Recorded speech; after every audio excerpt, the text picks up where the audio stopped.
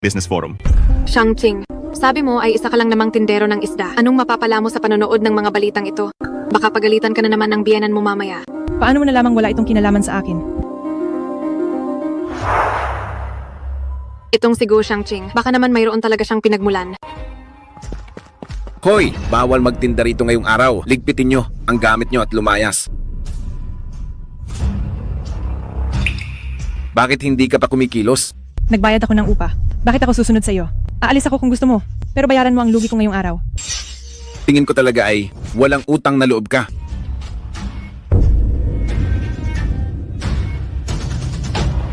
Pulutin mo yan.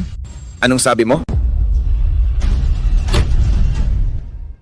Anong sabi mo? Sabi ko pulutin mo yan. Dahil babae ka, palalampasin kita ngayon. Alam mo ba kung sinong darating? Ang pinakamayamang tao sa mundo, ang kabilang sa unang 10 na si Fan Exue. Sinabi niyang pupunta siya rito para mag-inspeksyon.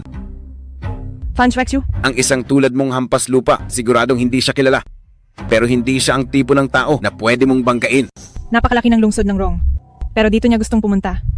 Sa tingin mo, baka kaya siya pupunta rito ay dahil sa akin. Ha ha ha ha.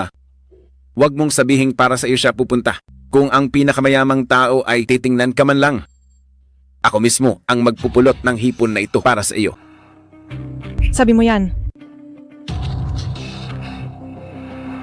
Fan Shuexu, inuutusan kitang pumunta rito sa loob ng 10 minuto sa pamilihang Yuhua. Kung hindi ay malalagot ka sa akin.